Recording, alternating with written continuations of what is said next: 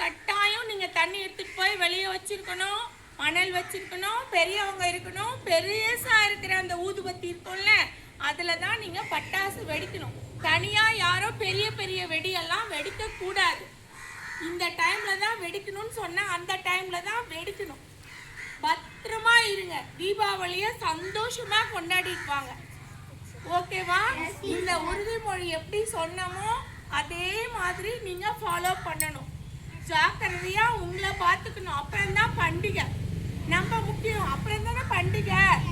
So எல்லாருமே வீட்டில் போயிட்டு இந்த உறுதிமொழியில எப்படி சொன்னமோ அதே மாதிரி செய்யணும். ஓகே? அனைவருக்கும் இனிய தீபாவளி நல்வாழ்த்துக்கள். இப்ப நம்ம போயிட்டு பட்டாசு வெடிப்போமா? தீபாவளி கொண்டாடலாமா? போலாமா? யாரெல்லாம் பட்டாசு எடுத்துட்டு வந்துக்கிறீங்க?